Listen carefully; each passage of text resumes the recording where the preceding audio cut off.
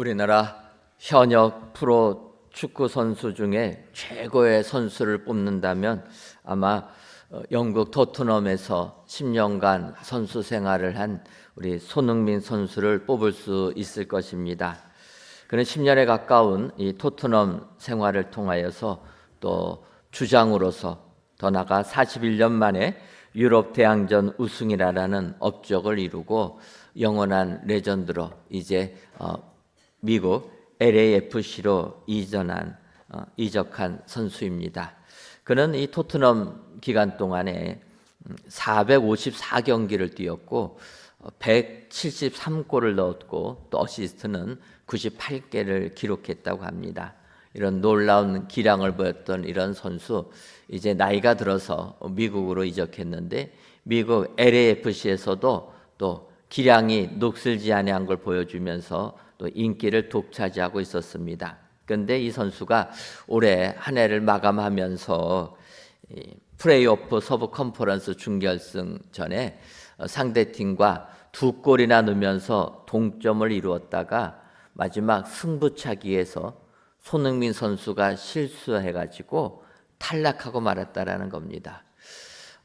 참 중요한 순간에 실축이라는 게 무엇입니까? 이렇게 골을 많이 넣은 선수도 페널티킥 앞에서는 긴장하고 떨다가 결국은 실축하는 겁니다.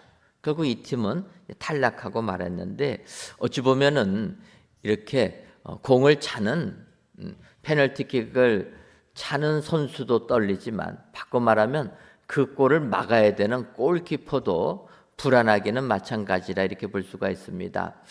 과학자들은 이야기합니다. 슛하는 이 슛의 속도가 골키퍼가 그것을 보고 몸을 움직이는 반응 속도보다 빠르기 때문에 페널티킥을 쏘는 그 골대 앞에 선 골키퍼가 볼을 보고 골을 막는 게 아니라 먼저 움직여야지만이 그 골을 막게 된다라는 겁니다.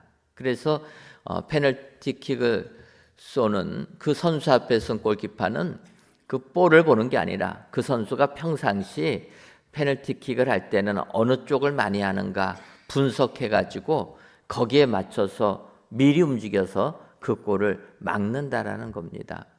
사실 이 페널티킥 앞에 선 이 골키퍼의 이 불안은 엄청나게 크다라는 겁니다. 우리가 아는 대로 2019년 노벨 문학상을 받은 페터 한트케라는 사람도 그런 소설을 쓰게 됩니다. 소설의 제목이 무엇입니까? 페널티킥 앞에 선 골키퍼의 불안이라. 그런 소설, 젊은이가 이 세상을 살아갈 때 불안함 속에서 살아가는 것을 이렇게 표현을 하는 겁니다. 사실 우리가 사는 이 세상은 불안의 연속이다 이렇게 볼 수가 있습니다. 안심하고 살 것이 하나도 없는 세상인 겁니다. 여러분 길거리를 걸어갈 때도 어떠합니까? 길거리에 걸어가다가 또 지붕에서 뭐가 떨어지지는 않을까? 그 염려해야 되는 것 아닙니까? 가끔 가다가 기사를 보게 되면 극단적 선택하는 사람이 떨어지는 거, 길거리 지나가다가 아무 생각 없이 부닥쳐가지고 그 사망하는 사람들이 있는 겁니다. 너무나 안타까운 일입니다. 또 길거리에 걸어가다가 횡단보도 앞에서 신호등 기다리는데 신호등 무시하고 과속하던 차가 그냥 길거리로 돌진해 와서 또 어려움을 겪는 경우도 있는 겁니다. 운전을 하다 가면 또 어떠합니까? 생각지도 못한 일들이 일어나서 이 사고가 나는 겁니다. 우리가 사는 이 세상이 이렇게 불안의 연속인 겁니다. 사업하시는 분들은 어떠합니까? 사업은 말할 나위도 없는 것 아닙니까? 너무나도 예상하지 못하는 일들이 많이 있고 요즘에는 또 가게에 진상 손님들이 계셔가지고 이게 어려운 겁니다. SNS 한번 올라가면은 망하는 것 아닙니까? 그러다 보니까 그러지도 못하고 굉장히 어려운 겁니다. 하루하루를 살아가는 것이 불안과 초조의 연속인 겁니다. 근데 이런 세상을 살다 보니까 이 땅에 하나님을 믿는 사람들 가운데서도 눈에 보이지 아니하는 하나님 불안해서 못 믿는 겁니다. 이스라엘 백성들, 하나님께서 애굽에게 종살이하던 그들을 모세를 통하여서 출애굽을 시켜주셨습니다. 홍해 바다가 갈라지는 은혜 속에서 광야에 왔는데, 광야에서 생활하던 그들이 어떠한 사람들입니까? 하나님 보여달라고 하는 겁니다. 모세가 십계명 받으러 시내산에 올라가서 바로 내려오지 않으니까 우상을 만드는 겁니다. 그들이 우상을 만드는 얘기입니다. 이 송아지 우상이 우리를 애굽에서 인도해낸 하나님이라. 그 이야기는 무엇입니까? 눈에 보이는 하나님을 원했다라는 거예요. 근데 여러분 아시듯이 하나님 믿는 것은 영적인 눈, 믿음의 눈을 갖고 있는 사람이 하나님을 믿을 수가 있는 겁니다. 육의 눈, 세상의 눈을 가지고 하나님을 바라봐 갖고는 하나님 믿을 수가 없는 겁니다. 그럼에도 불구하고 우리는 이 세상이 불안하다 보니까 좀 눈에 보이는 하나님, 그러면 좀 안심할 텐데 눈에 보이는 하나님 보여달라고 하는 것 아닙니까? 우리가 이 세상을 살 때도 마찬가지입니다. 돈이 있어야지 성공한다 이러다 보니까 돈을 그냥 지갑에 넣어야지만 안전하다 느끼는 것 아닙니까? 어르신들은 은행에 저금을 하면은 못 믿습니다. 손에 잡혀야 된다라는 거예요. 불안한 이 세상을 살다 보면 우리는 눈에 보이는 하나님을 원하는 겁니다. 그런데 하나님은 눈에 보여주시지 않으십니다. 그거 갖고는 안 된다라는 거예요. 그럼에도 불구하고 인간들이 하나님을 보여달라고 요구하니까 하나님이 수천 년을 인내하시다가 2000년 전에 예수님을 보내주셨다라는 겁니다. 왜 보내주십니까? 보내주셔도 이 땅의 사람들이 예수님 십자가에 못 박아 죽이지만 하나님은 사랑의 하나님이시기 때문에 우리의 요청을 들어주시는 분이시라는 겁니다. 오늘 본문에 속한 요한 1서에서도 하나님을 그렇게 정의합니다. 사도 요한은 하나님은 사랑이시라. 사랑의 하나님이라는 겁니다. 우리가 요구하면 사랑의 하나님이시기 때문에 그 부탁을 들어주실 수밖에 없는 하나님이시라는 겁니다. 그런 하나님이 이제 오늘 본문 요한일서 4장 9절을 보면 하나님의 사랑이 우리에게 이렇게 나타난 바 되었으니 하나님이 자기의 독생자를 세상에 보내심은 그로 말미암아 우리를 살리려 하심이라. 이렇게 약속해 주시는 겁니다. 하나님의 사랑이 우리에게 나타나셨다라는 거예요. 우리가 하나님 보여달라고 하니까 예수님을 이 땅에 보내주시면서 하나님을 표현해 주셨다라는 겁니다. 여러분, 하나님은 말로만 사랑한다 하시는 분이 아니라 직접 보여주시는, 행동으로 표현해 주시는 하나님이신 줄 믿습니다. 우리나라 남편들이 아내에게 하지 못하는 말이 있습니다. 그 말이 무슨 말입니까? 잘 아시네요. 사랑해서 결혼해 놓고 사랑한다는 말을 안 합니다. 그러니까 아내들은 좀 남편이 사랑한다 말해주면 좋겠는데 안 해요. 그런데 또 남편이 사랑한다는 말을 너무나 자주 하면 또 어떤 생각을 합니까? 뭔가 문제가 있구나. 이게 오해하게 만든다라는 겁니다. 사실 사랑한다라는 것 말이 중요합니다. 그러나 더 중요한 것은 말을 넘어 행동이 중요하다라는 거예요. 사랑의 모습을 몸으로 보여줘야 된다라는 겁니다.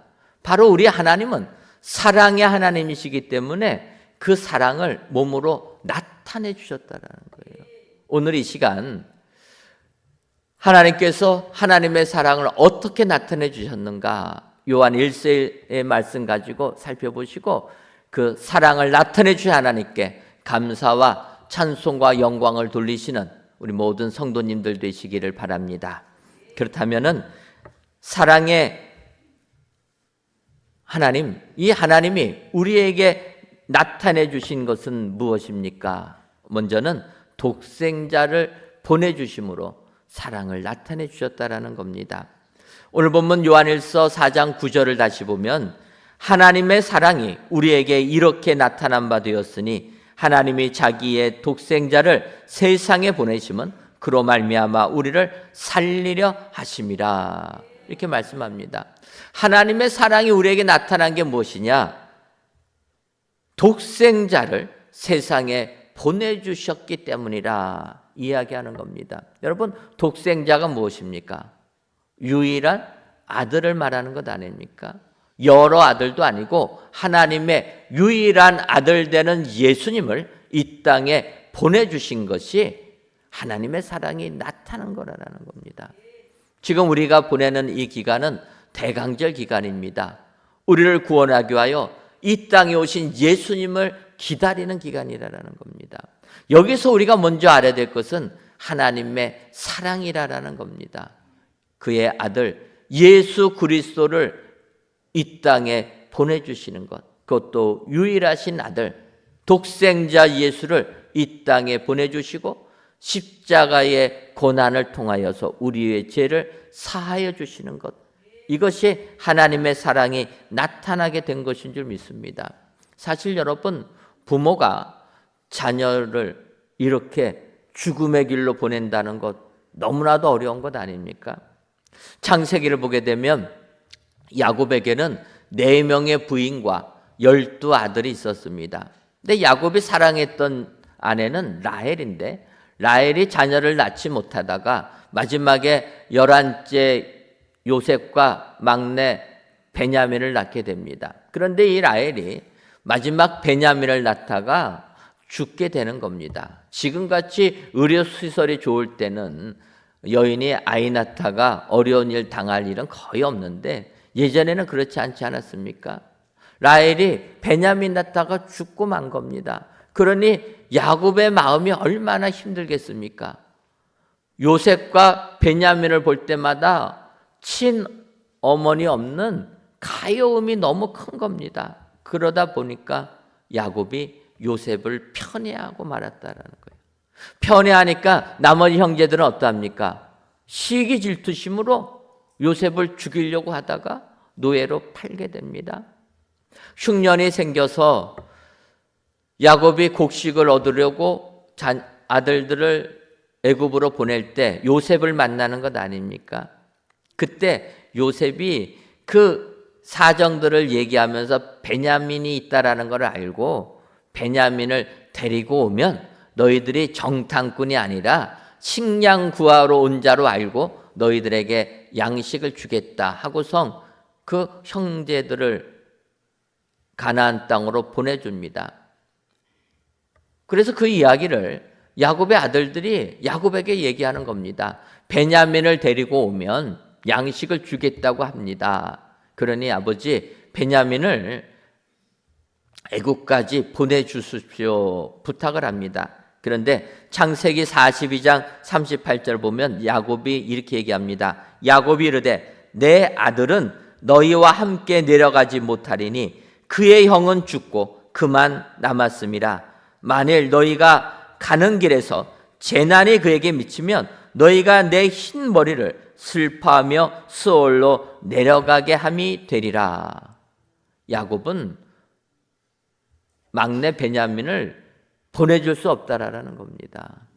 형 요셉은 동물에 찢겨서 죽고 없어. 이제 마지막 남은 사람이 베냐민인데 이 베냐민을 어떻게 먼 애굽 땅으로 보낼 수 있냐라는 것입니다. 가다가 혹시라도 어려운 일 당하면 그 형 요셉처럼 목숨을 잃게 되지 않겠느냐. 죽어도 못 보내겠다 이야기를 합니다. 그래서 야곱의 아들들이 어쩔 수가 없습니다. 그냥 가나안 땅에 머물게 되는데 먹을 것이 더 떨어집니다. 야곱이 결단하는 겁니다. 안 되겠다. 이러다가는 다 죽겠다 해서 베냐민을 애굽으로 보내었다라는 겁니다. 베냐민을 애굽으로 보내고 그래서 요셉이 그의 동생, 친동생 베냐민을 봤을 때 다시 한번 형제들을 시험하는 겁니다. 그래서 누명을 씌워가지고 베냐민은 붙잡아 두고 나머지 형제들 가나안으로 곡식 가지고 가서 생명을 유지해라 하고 보내줍니다. 그때 유다가 그렇게 얘기합니다. 창세기 44장 30절과 31절 보면 아버지의 생명과 아이의 생명이 서로 하나로 묶여 있거늘 이제 내가 주의 종 우리 아버지에게 돌아갈 때 아이가 우리와 함께 가지 아니하면 아버지가 아이의 없음을 보고 죽으리니 이같이 되면 종들이 주의 종 우리 아버지가 흰머리로 슬퍼하며 수월로 내려가게 함이니이다. 이렇게 이야기하는 겁니다. 여러분, 유다가 베냐민을 억류하겠다고 하는 요셉을 향해서 얘기하는 겁니다. 아버지의 생명과 아이의 생명, 베냐민의 생명이 서로 하나로 묶여져 있다라는 겁니다. 그래서 베냐민이 애국에 남고 다른 형제들만 아버지로 가게 되면 아버지가 베냐민 없는 것을 보고 죽을 거라는 겁니다. 하나로 연결되어 있기 때문에. 그러니 차라리 나를 억류하여 당신의 종으로 삼으시고 노예로 삼으시고 베냐민은 고향 가나안으로 보내주옵소서. 유다가 이렇게 요셉에게 사정하는 겁니다. 요셉이 이 유다의 말을 듣고 더 이상 정을 못 이겨서 통곡하면서 형제들에게 자신을 드러내는 것 아닙니까? 아버지 야곱과 아들 베냐민의 생명은 하나라는 거예요. 맞는 얘기 아닙니까? 여러분, 부모와 자식은 생명이 하나로 연결되어 있는 겁니다. 그런데 이 땅을 살다 보면 생각지도 못하게 자녀들이 먼저 천국에 가는 경우가 있습니다. 그럴 때 우리는 뭐라고 얘기합니까? 부모의 가슴에 묻었다고 하는 것 아닙니까? 얼마나 큰 슬픔, 생명이 하나로 연결됐는데 생명이 끊어진 것 아닙니까? 그런데 여러분, 혹시라도 이런 아픔 가운데 계신 분 계시다면 오늘 하나님의 사랑을 보시기를 바랍니다. 오늘 성경이 이야기하는 겁니다. 우리 하나님의 사랑은 독생자 예수를 이 땅에 보내셔서 십자가의 죽음을 당하게 하신 분이라는 겁니다. 이게 하나님의 사랑이라는 거예요. 하나로 생명이 연결돼 있어도 하나님의 사랑이 우리를 구원하기 위하여 독생자를 이 땅에 보내주셨다라는 겁니다. 여러분, 우리 하나님의 사랑은 이와 같이 위대한 사랑인 줄 믿습니다. 독생자를 이 땅에 보내주셔서 우리를 구원해 주시는, 생명을 주시는 하나님의 그 사랑.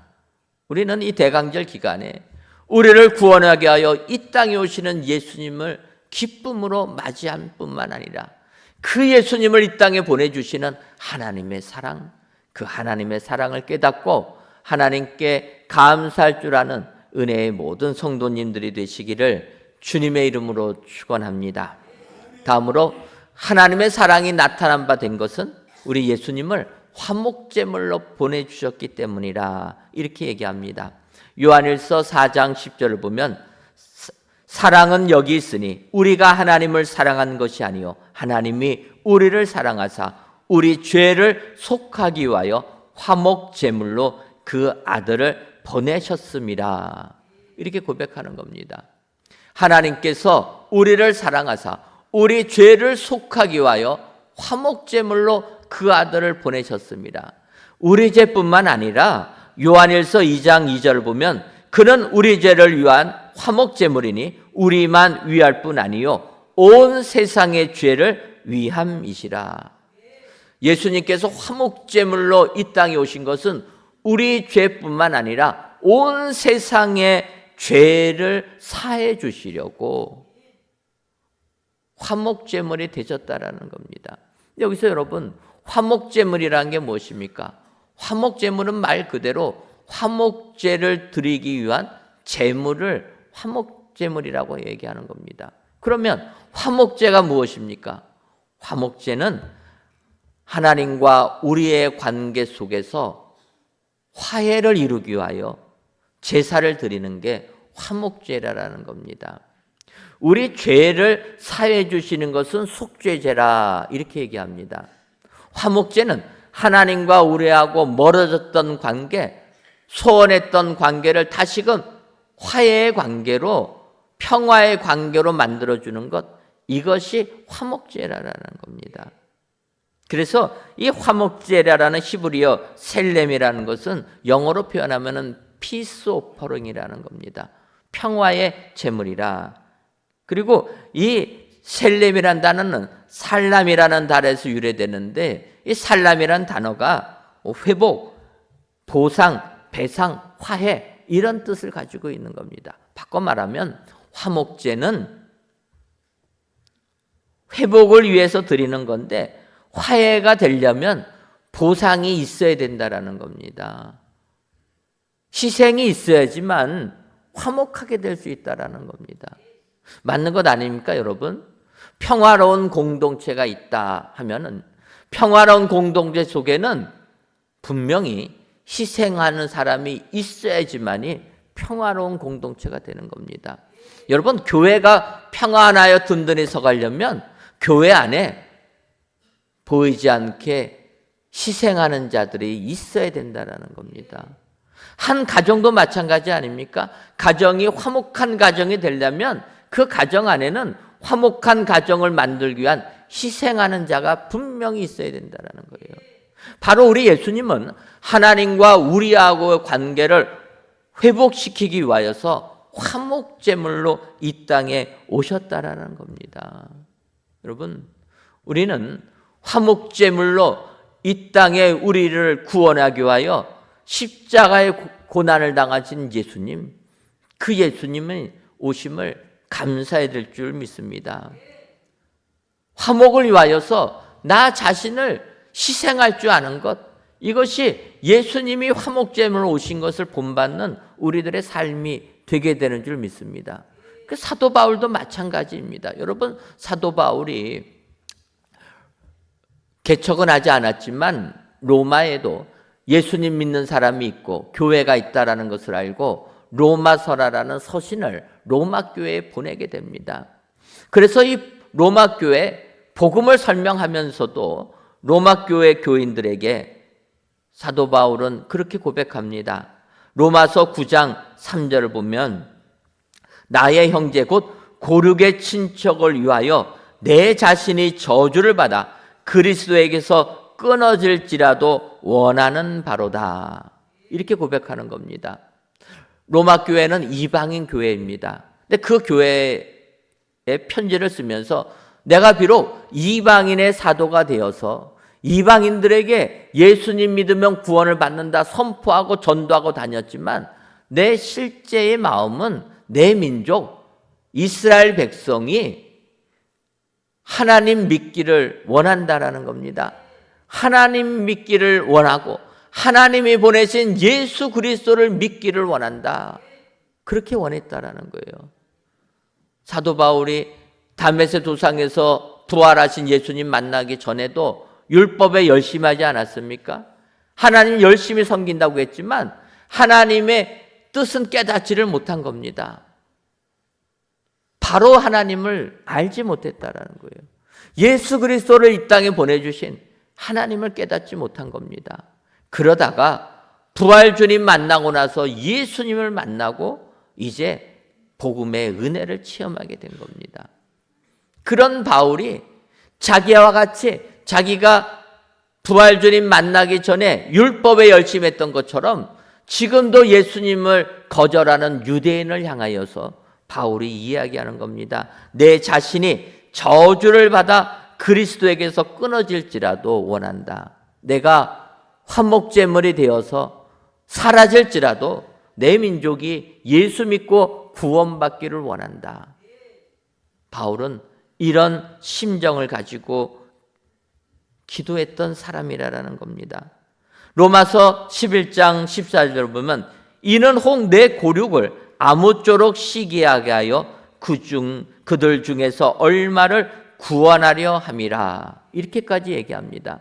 바꿔 말하면 자기가 유대인임에도 불구하고 유대인에게 복음을 전하는 것이 아니라 이방인들에게 복음을 전하는 이유가 이방인들이 예수님 믿고 구원받는 것을 유대인들이 보고 아무쪼록 조금이라도 그들이 예수님 믿기를 원하여서 내가 이방인에게 복음을 전하고 있다 이야기하는 겁니다. 여러분, 우리 예수님은 우리와 하나님하고의 멀어진 관계를 회복시키기 위하여서 화목제물로 오신 줄 믿습니다. 혹시라도 지금 내가 하나님하고의 거리가 멀다고 느껴지시는 분들 계시면 다시 한번 예수님을 영접하시기를 바랍니다. 예수님은 우리와 하나님하고의 멀어진 관계를 예수님이 화목제물로 불살라 희생함으로 말미암아 그 관계를 회복시켜 주셨다.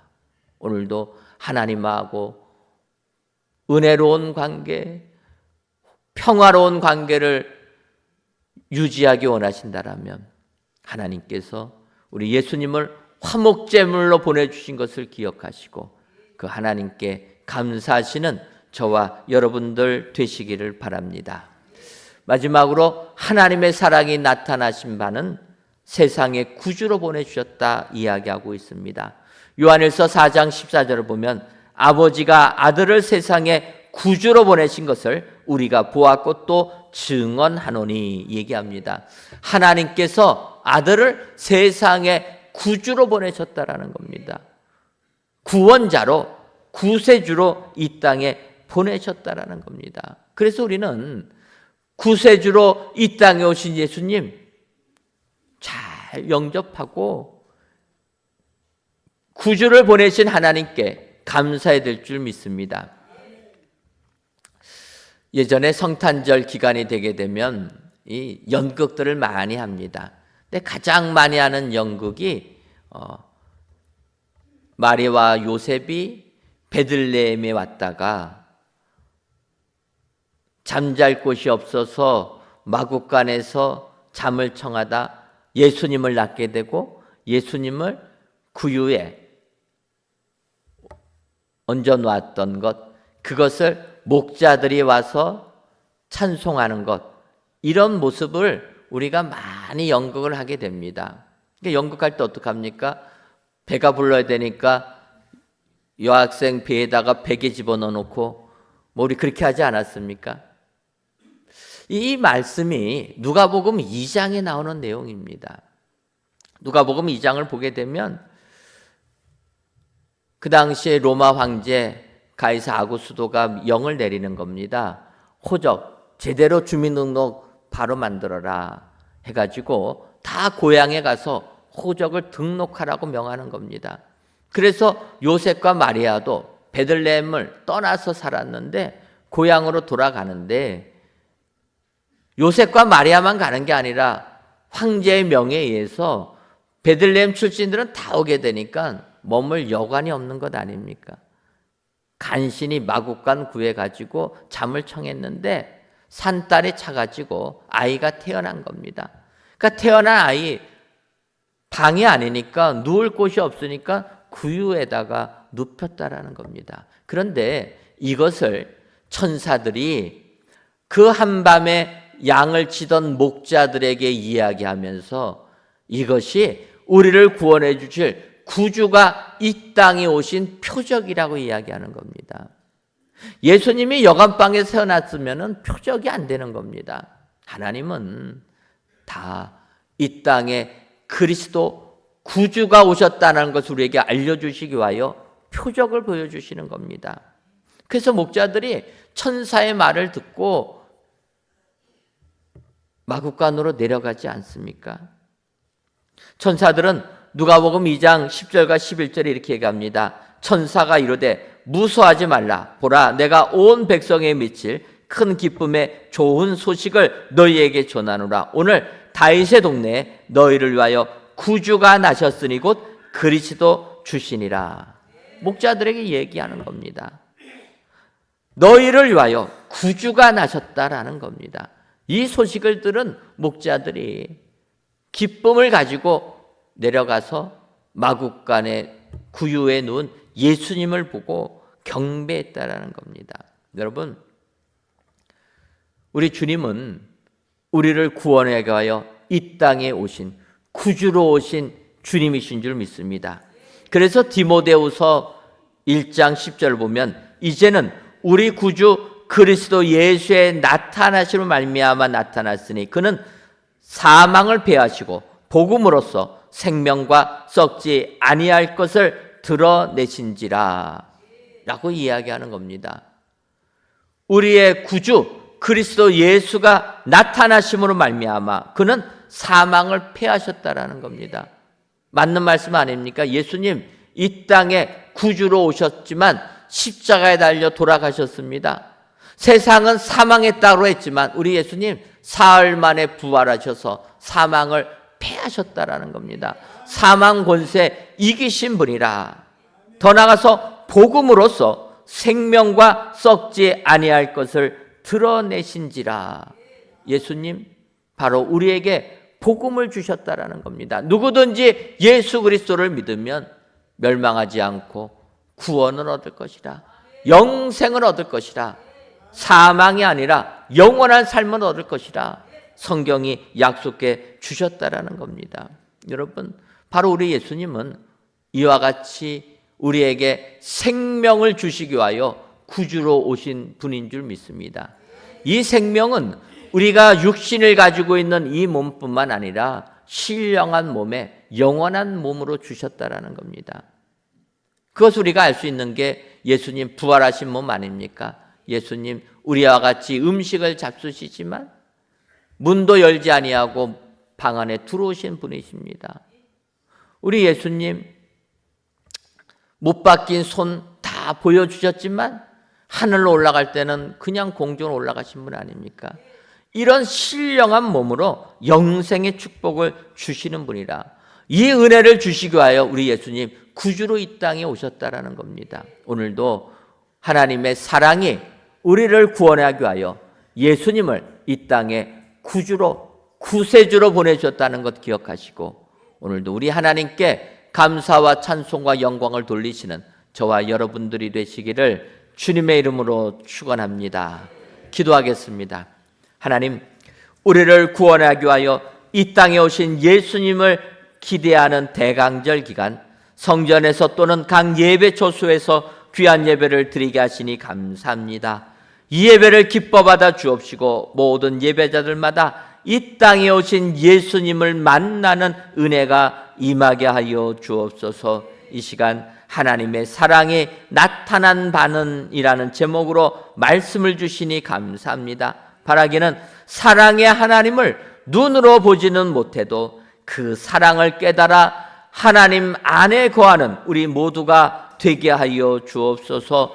이 하나님의 사랑이 나타난 바는 독생자를 보내주시고 화목제물로 보내주시고 온 세상의 구주로 보내주었음을 기억하여 이 하나님의 사랑에 감격하고 하나님께 모든 영광을 돌려드리는 우리 모두가 되게 하여 주옵소서. 예수님의 이름으로 기도하옵나이다. 아멘.